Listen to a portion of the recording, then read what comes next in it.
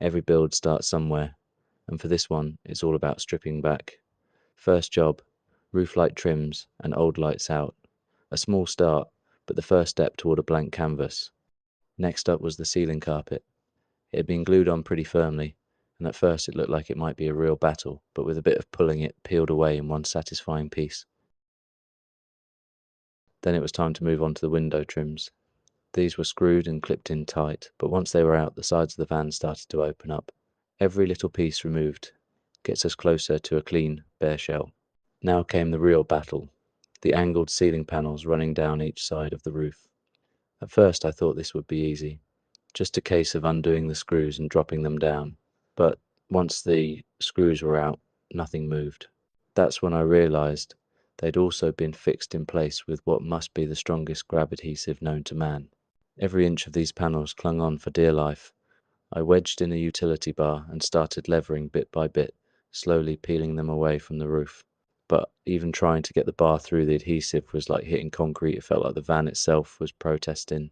The panels were heavy, awkward to handle above my head, and each one fought me the whole way.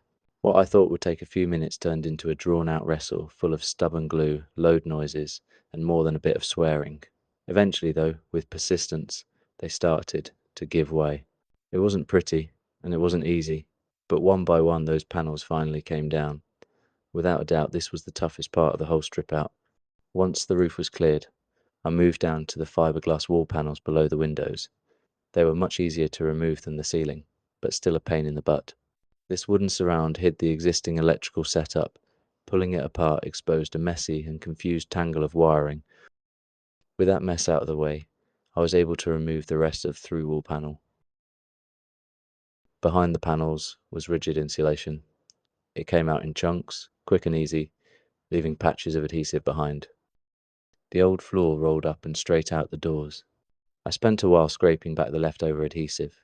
Some of it came off with a bit of pressure, but a lot of it was absolutely determined to stay there. It doesn't look glamorous, but this job is all about preparation, and the more of it I could remove now, the smoother the later stages will be. The bulkhead and yellow posts were bolted in tight, most of them rusted solid.